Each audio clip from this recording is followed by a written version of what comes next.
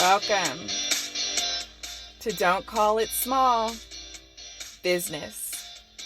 I'm your host, Natasha Foreman, and it's awesome being here with you today. Before I get started, I want to pay respect and send my condolences to my right hand at ForemanLLC, Ebony Brown. Her godmother passed away last week, and this is the third loved one in Ebony's life that's transitioned this year. And I know it's been extremely tough for her. So if you'd please say a prayer for Ebony and her family, I truly appreciate it, and I know that she would as well. Now, with transition, we also celebrate the life that is here amongst us. And I want to give flowers to those that are here celebrating the sun circling, right? And the sun rising and the stars and the flowers and everything. I want to say happy birthday to my Uncle Michael Stevens Sr. and to my cousin Michael Jr. They share the same birthday, which was yesterday, July 23rd. I sent them a text message yesterday, but I also wanted to shout them out here. So happy birthday to the two of you. I love you both dearly. All right. Let's pivot, shall we? I've shared some family business, and let's transition to the other kind of business. I've got some exciting news to share about my business and plenty of others. We'll also chit-chat about Monday's question of the day, and if you don't know what the question of the day is, you're slipping. So are you ready to get started? All right, then, let's do this. Let's dive into some business news, shall we? First up, wages in the U.S. Ooh, that's always a sensitive topic, right? Let's talk about how these wages and these proposal for wages can possibly affect your business if you are a business owner. The House passed a bill to raise the minimum wage in the U.S. to $15 an hour by 2025. It's aimed to help the working class. Now, please note, if this becomes a reality, it's only on the federal level. As you know, our country's structured, then you realize that individual states set their own wage floor, and most speculate that the Senate will shout out a big fat no, a heck no, a no, not anytime soon.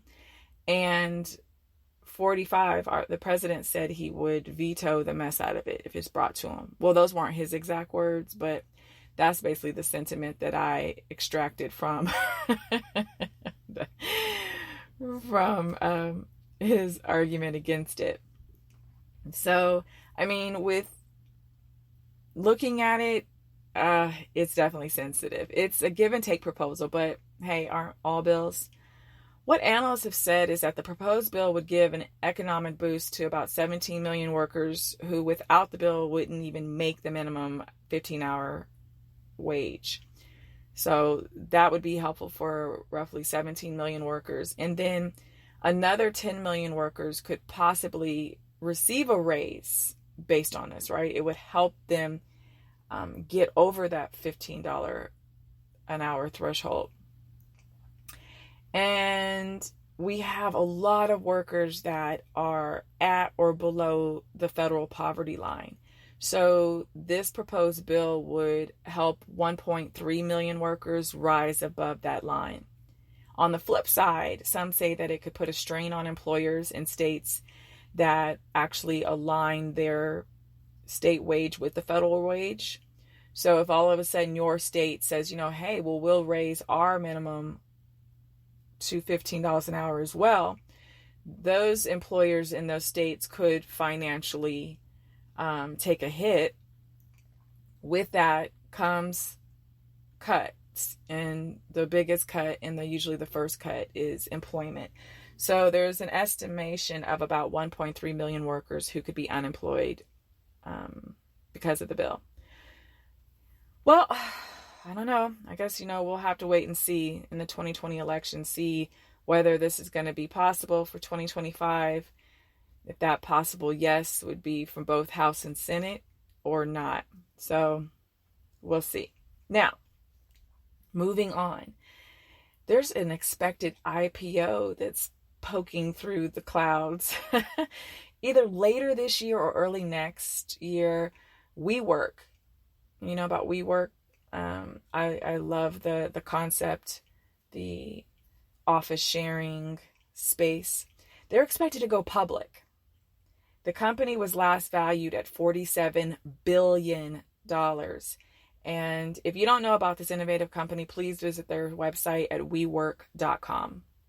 All right. Now, I'm a little kid. I'm always going to be a little kid, so just join me in this giggling moment. Did you guys see Lion King?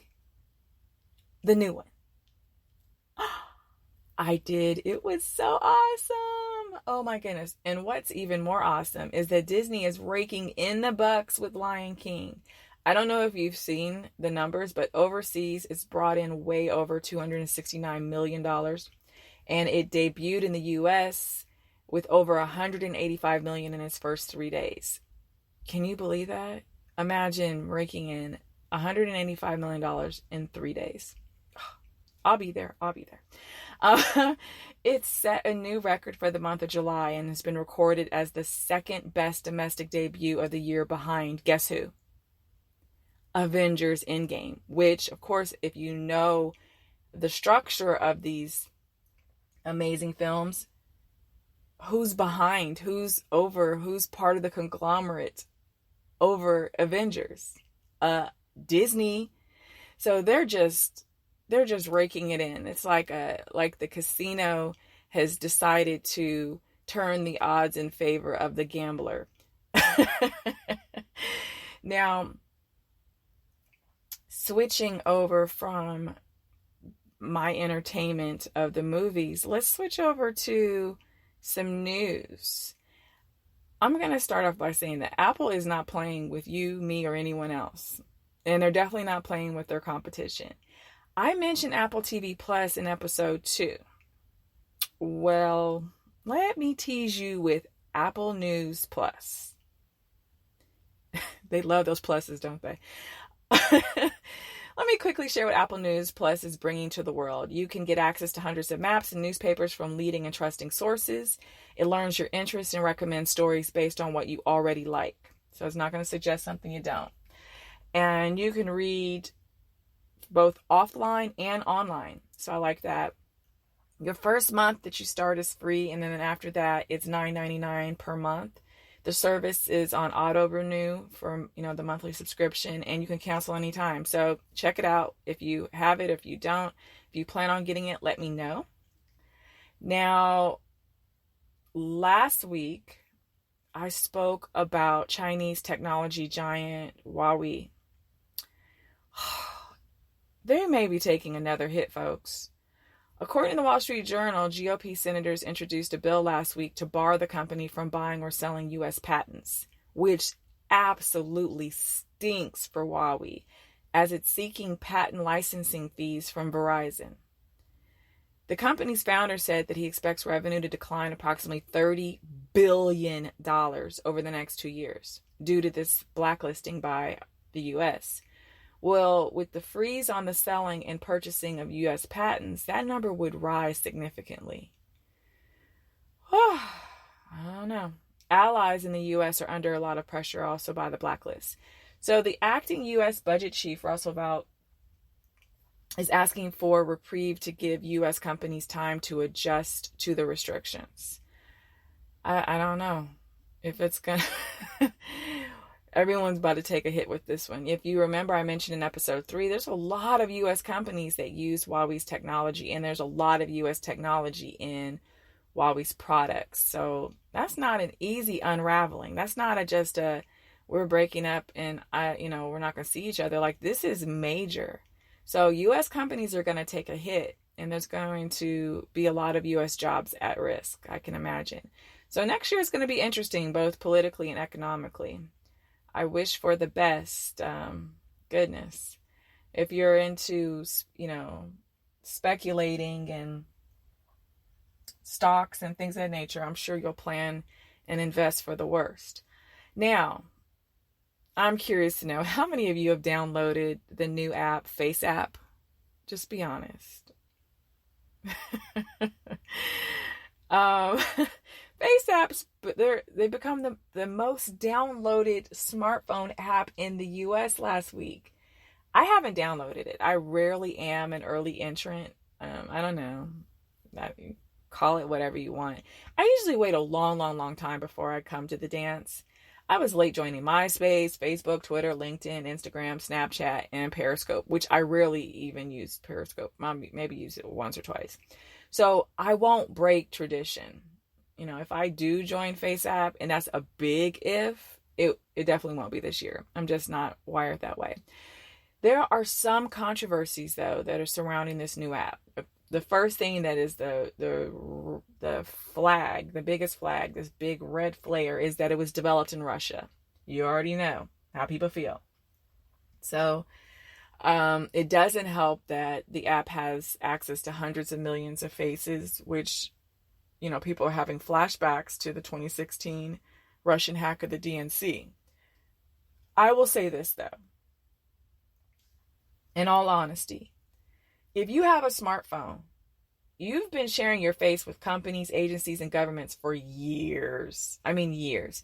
Every photo you share, every text and email you send, every online game that you play, every app that you use, everything that you upload and post to websites, your phone is accessed daily by every app that you possess and every subscription that you sign up for.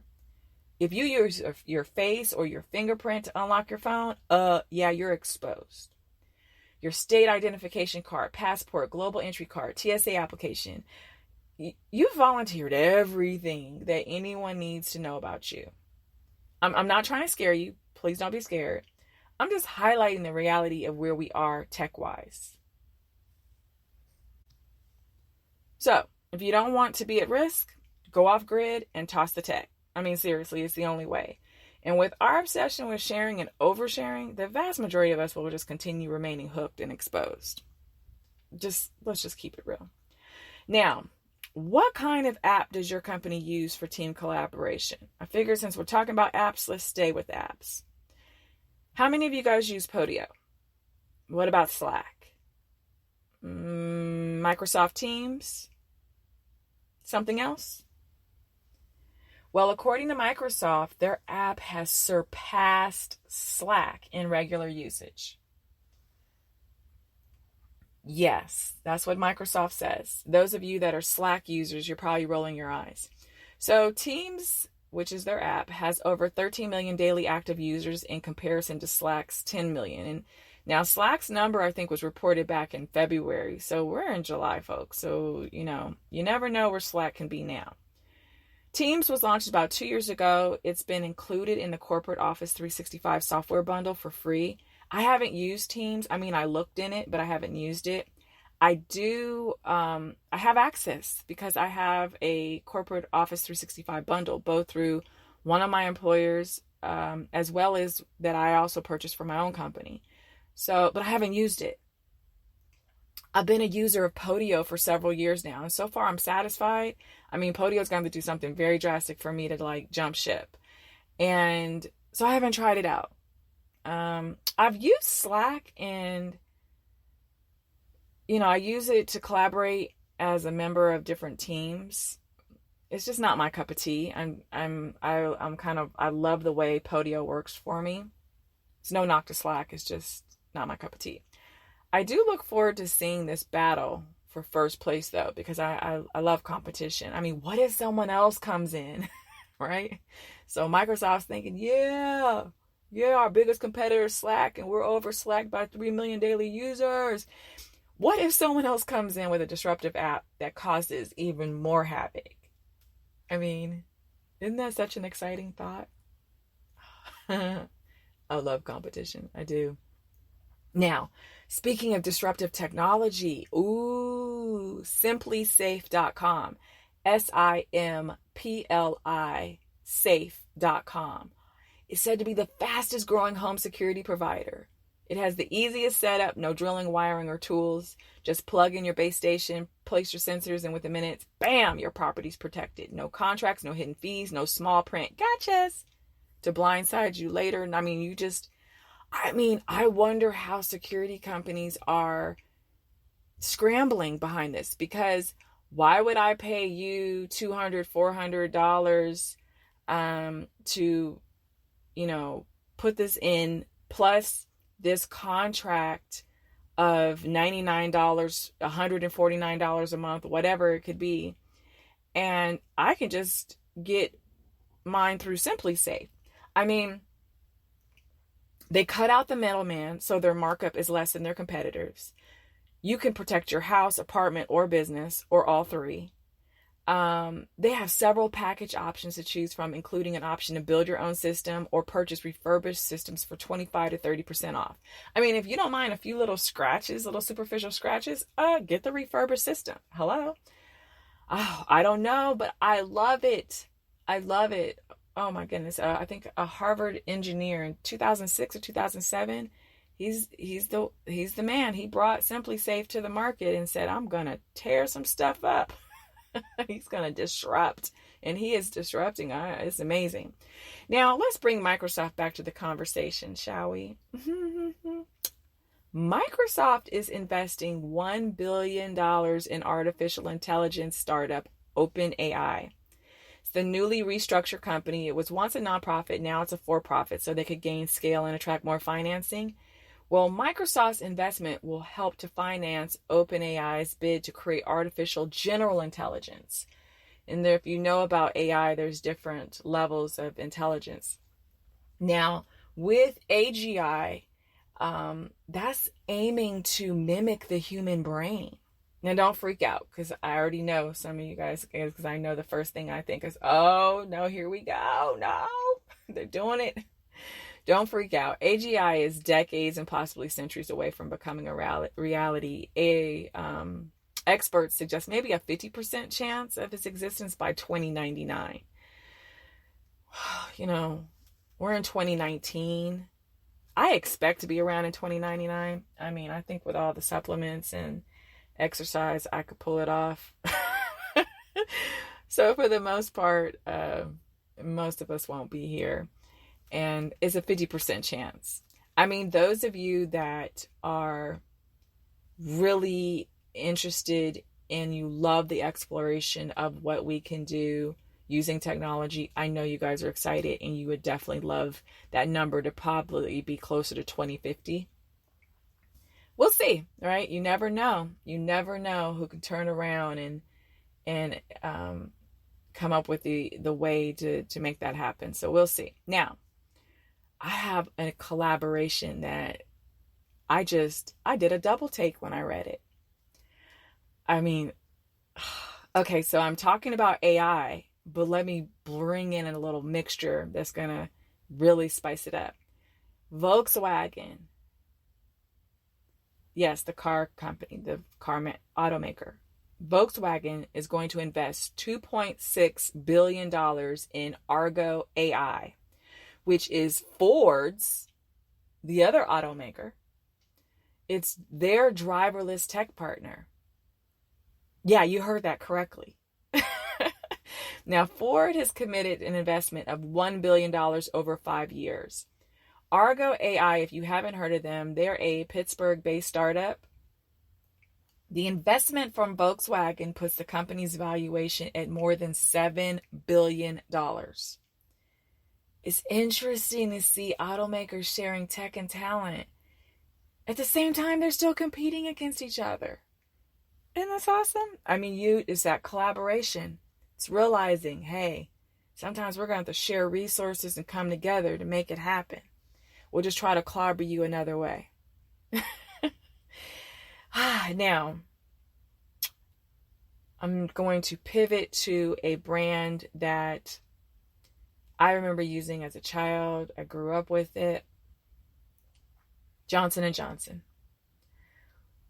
They're building, you can call it another case study, or you can say it's expanding on the case study for us to examine, but their stock is slumping. after Bloomberg reported that the Department of Justice is pursuing a criminal probe into whether J&J lied about cancer risk in its talc powder. I mean, I don't know about you, but I've seen all those legal commercials for class action lawsuits against Johnson & Johnson. I mean, goodness. It's definitely a case study. I look forward to seeing how J&J rebounds from this. I don't know. How do you fix a problem like this? I mean, do you take the approach that Chipotle pursued, or do you have to go more drastic? Since cancer, ladies and gentlemen, is a much bigger issue than food poisoning. You think? So, I mean, they've been around for, I want to say forever. That's how it feels.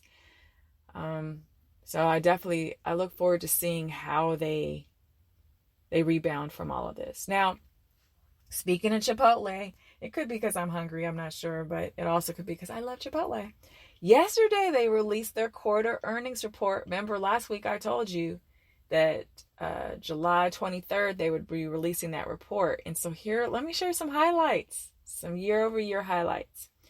Their revenue increased 13.2% to $1.4 billion.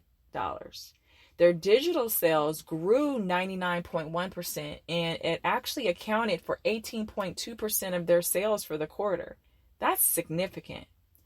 Their restaurant level operating margin was 20.9%, which is an increase from 19.7%. So they're just rising. Now, something else I did not know is they opened 20 new restaurants and they closed one of them.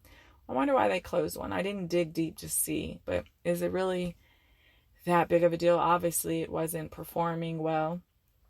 So I have a quote from their CEO, Brian Niccol. He said, "We're pleased with our financial performance, which marks the 6th consecutive quarter of accelerating comps and reflects continued progress on our key strategic initiatives." I would be pleased too. Way to go, Mr. Niccol. He also continued to say these strong results were delivered despite a tougher year-over-year comparison and benefited from better restaurant operations, more effective marketing, and leveraging our digital make line to grow sales and expand access. So hopefully you guys are paying attention to how Chipotle revamped and restructured and rebounded from a major clobbering. Now, how many of you guys invest in real estate? I just told you they shut down. They closed one of their restaurants, which means that space is open, right? How many of you guys are you dabblers in real estate, or are you like a big whale? Like, you have a huge portfolio of commercial and residential real estate. Like, where are you? Well, have you guys heard of fundrise.com? FUNDRISE.com? It's been said that investing through Fundrise is a great option for those of you who want to diversify your investments and explore private market real estate without the huge overhead. I heard about them about a year or two ago, and again earlier this year, and then just recently I said, okay, all right, okay, obviously it keeps hitting me in my face because I'm supposed to be investing through them.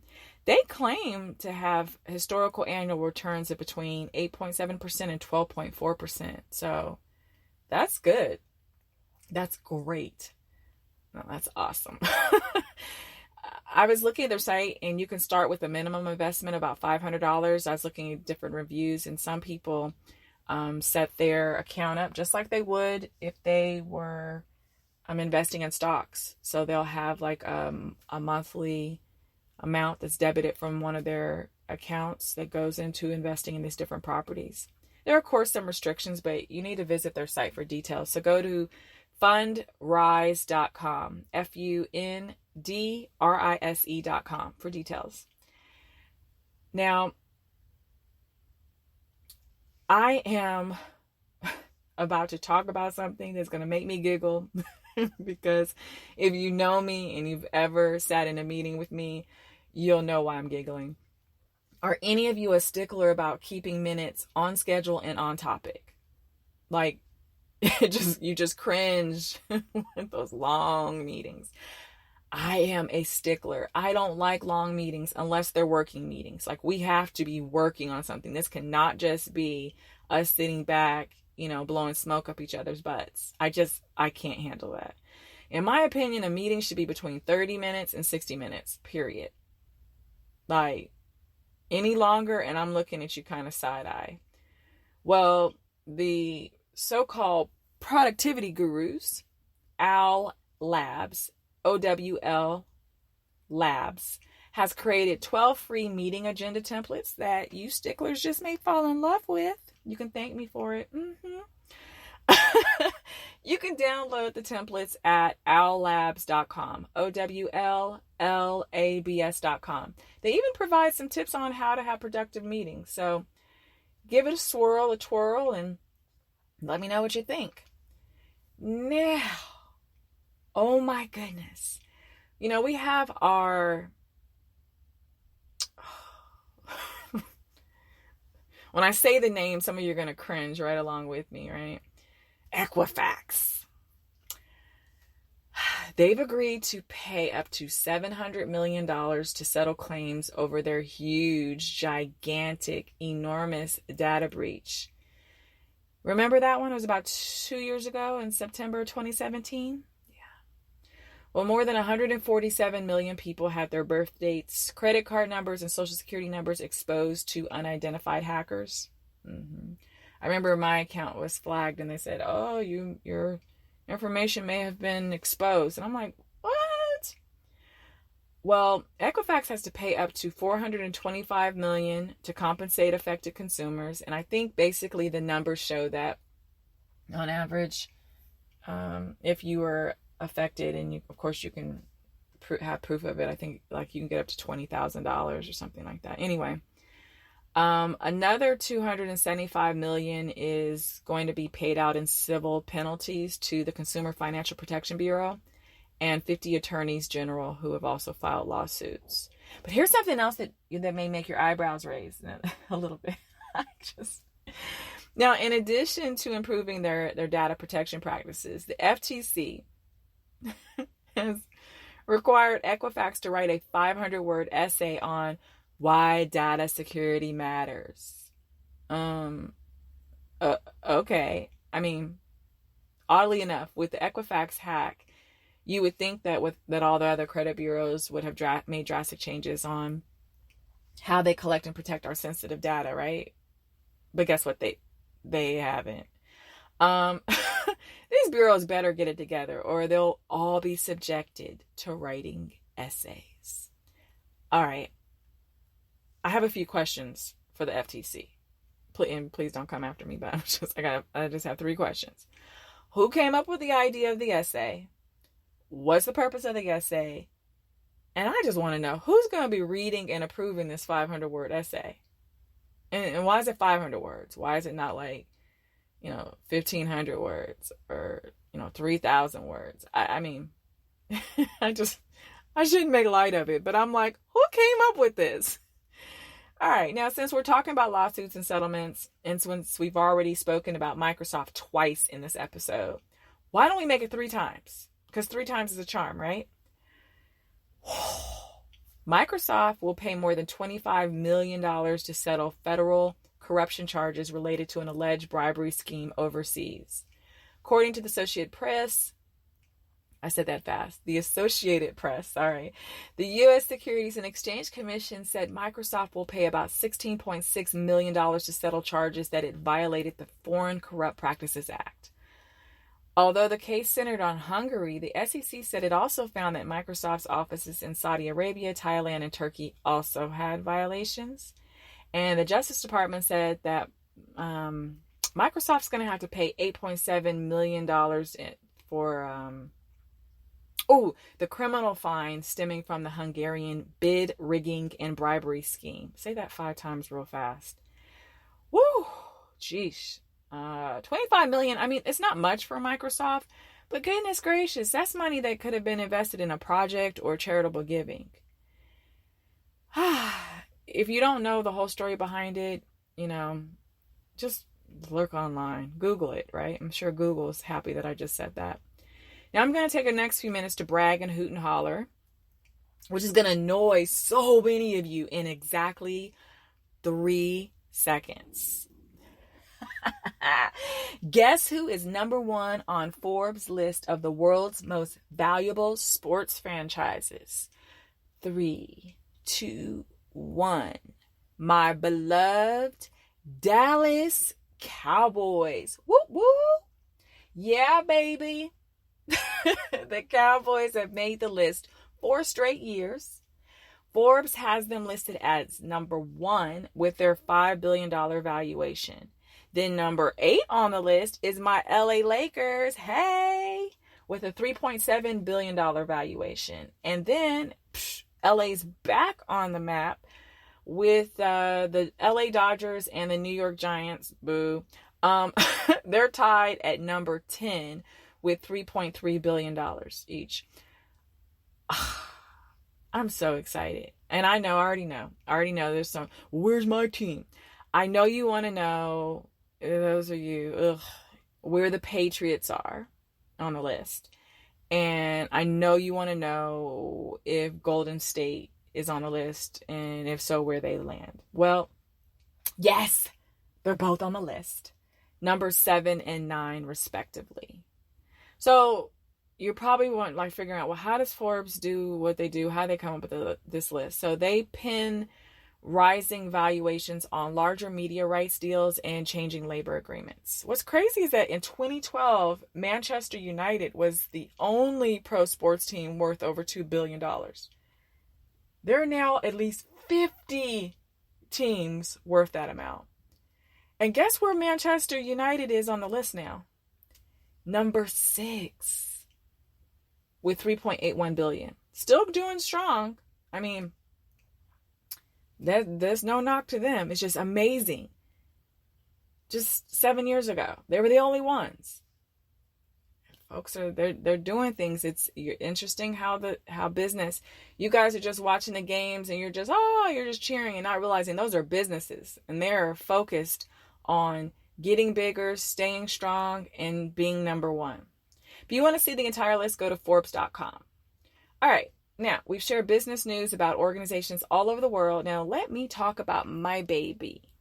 Yes. Foreman & Associates, LLC. Next Thursday, August 1st, we will be hosting a free webinar at 7 p.m. Eastern Time. And guess who will be the presenter? Oh, moi, little old me. The purpose of the webinar is to share with you details about an upcoming business course that we'll be launching online this summer. At the same time, I'll cover some tips and tricks for startups and for prospective business owners who aren't sure what to do after coming up with their big idea. I'll give you a little sneak peek into the new course so you can get a feel for what to expect and see if you're really ready to step your game up. We'll be promoting the webinar on social media, our blog, and at our website, ForemanLLC.com. That's ForemanLLC.com. You can find us on IG and Facebook at Foreman & Associates, all spelled out. Don't forget the E in Foreman, please. And our Twitter handle is the number 4 MAN Associates. If you already know that you want to attend and you'd like to receive an invitation to the webinar, please send us an email at don'tcallitsmallbiz@gmail.com and include your name and the email address that you'd like for us to communicate with you. Your information will be included and you'll receive an email invitation to the webinar. Sound like a plan? So it will be free next Thursday at 7 p.m. Eastern Time. That's August 1st. So you already know that next Wednesday, I will definitely be hooting and hollering here on this podcast, getting all hyped up for the next day. Now, I mentioned Twitter, so I'm going to mention Twitter again. Let's transition to Monday's question of the day that we posted on social media. If you didn't see it, you really need to follow us on Instagram and Facebook and Twitter, and then you won't miss out. We asked you to share your favorite business books and articles, and we compiled your shares with ours. I have a huge list. I have been gobbling up books, business suspense, thriller, and everything in between. And so I want to share our growing list of books so far. You can take notes now, or you can just come and look at our blog and our social media later on, because I will make sure that the list will be shared there, so you don't have to try to go back and, well, what did she say? So I'll make sure the list is up no later than tomorrow. Now, the first book, I mentioned Twitter, is, I love this one, Hatching Twitter. Nick Bilton, sir, you did an amazing job with this book. I absolutely love Hatching Twitter. I'll most definitely read it again, probably 3 more times. I don't know how any of the founders are still alive after all the backstabbing, chest stabbing, and nonsense that's taken place. Even long before they even started Twitter, they were backstabbing. Oh my goodness. It was some craziness. If you haven't read that book, I strongly suggest that you do. Oh man, oh man, oh man. I intend to use their story in my college courses and my Foreman Associates course. Whew, you thought the launch of Facebook, the trickery was bananas? Wait until you read about Twitter. All right, next book, The Undoing Project by Michael Lewis.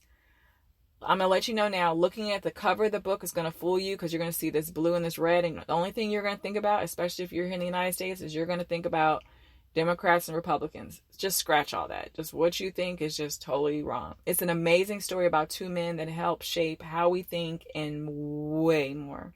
Your mind's going to be blown.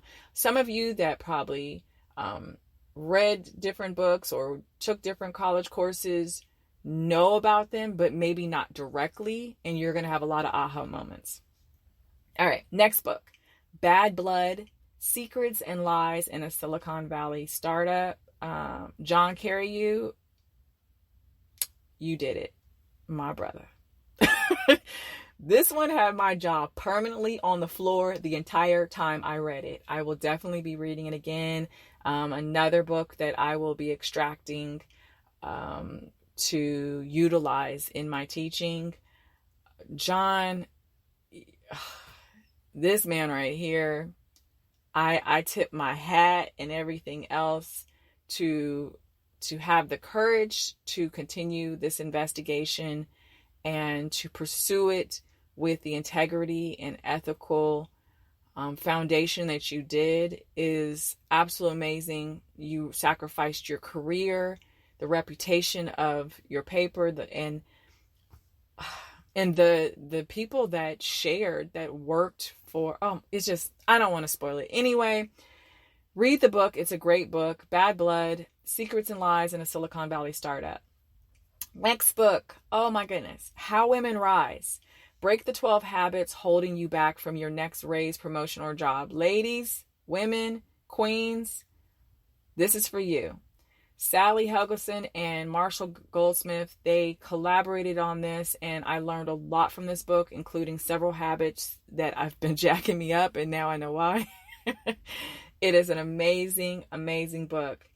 I strongly recommend that men and women read this book, and I'm sure men are saying, why? Well, men, I need you to also realize in the ways in which you recruit, hire, train, promote, that you need to understand the habits that women have subscribed to, but also your own habits, and how not only are women holding themselves back, but you're also holding them back. So this needs to be a collaborative effort. So please grab that book.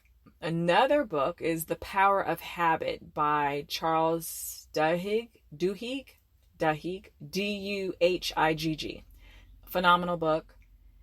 Grit, The Power of Passion and Perseverance by Angela Duckworth. This book nailed it. That's all I'm going to say. Nailed it, Miss Angela. Great book. Next book, Necessary Endings, The Employees, Businesses, and Relationships That All of Us Have to Give Up in Order to Move Forward by Dr. Henry Cloud. I read this book twice. I mean, literally. Read it, got to the end, and started right back at the beginning. An amazing book I will be reading again. I've already started implementing a lot of the things that I learned from Dr. Cloud in this book. Oh my goodness. Woo. It's a great book, folks. We got to learn that there's things you just got to learn how to just give up and move on. Now, I've got 2 books from a man who I admire so much. I'm grateful for one of the books that he gave me. He also autographed it for me, made sure that I got it. And the first book is Jumpstart Your Growth by John C. Maxwell. John Maxwell is an amazing man with an amazing heart and just a servant leader through and through. Jumpstart Your Growth is a great book. Another book that was recommended is Jumpstart Your Priorities, also written by John, and that was a great book. I've read both of those books twice as well. Now, Timothy Ferriss wrote The 4-Hour Work Week, and I know quite a few of you guys mentioned the 4-Hour Work Week. It works for some of you guys. It doesn't work for some of you. Some of you had to modify it and you made a 16-hour work week. Some of you, whatever. However you make it work, I'm sure that's all that Mr. Ferriss is concerned about, is that you just untangle and unhook yourself from that 90-hour work week or whatever, right? He's trying to help free you so that you can live life on purpose, with purpose, as free as you want to be. The next book I have on here is The 48 Laws of Power by Robert Greene. That was, a few of you shared that, and that's also a book that I've read. Powerful book. No pun intended. But even if it is, it's perfectly placed. Now, I already know that some of you guys know the marketing guru, Seth Godin. Oh my goodness. His book, This is Marketing, is phenomenal. And a few of you also recommended that book. It is a great book. I have my MBA and I have a specialization in marketing. And the very things that Seth mentioned about marketing that makes him feel like nails dragging on a chalkboard are the things that really get to me. And so I appreciate him sharing that. The next books are The Subtle Art of Not Giving a Bleep by Mark Manson. Amazing book. Walter Isaacson did The Innovators. That's an amazing book. The Now Habit, a strategic program for overcoming procrastination and enjoying guilt-free play by Dr. Neil Fury. If you guys have any other suggestions, please tag us in social media or email them to don'tcallitsmallbiz@gmail.com. Well, folks, it's that time again. Time to wrap things up and call it a day, at least for this show. If you listen all the way to this point, I want to thank you for riding with me. I want to share some parting words with you. Something that I hope has some stickability, so you apply it and build your life on the solid foundation of thriving, not the sinking sands of merely surviving. Taking in all that I shared today about the various companies and different industries, what have you learned about the decisions they made, the mistakes and failures that they are facing, and the ones that they are leveraging to their favor? What have you learned about these companies and their perseverance? What have you learned from Ford and Volkswagen about collaboration with your competition? What have you learned that has helped you see what not to do as a business? And what ethical dilemmas have caught your attention and heightened your understanding of the compromises that you aren't willing to take for the mighty dollar or the claim to fame? What have you learned about yourself? What changes and improvements are you willing to make starting today to be better in all areas of your life? I challenge you to seize this day fully and without hesitation. Don't just dream about it. Be about it. Get up and get your butt out there and begin doing the things that you envision before those ideas float into the mind of someone else who is a doer. People, ideas float above and around us like stars. We all see them, but only the courageous grab a hold, embrace them, and turn them into a reality. Who will you be? What will you do? What will you make happen? I can't wait to witness your greatness, magnified and refined. Be sure to follow us on Twitter, Facebook, Instagram.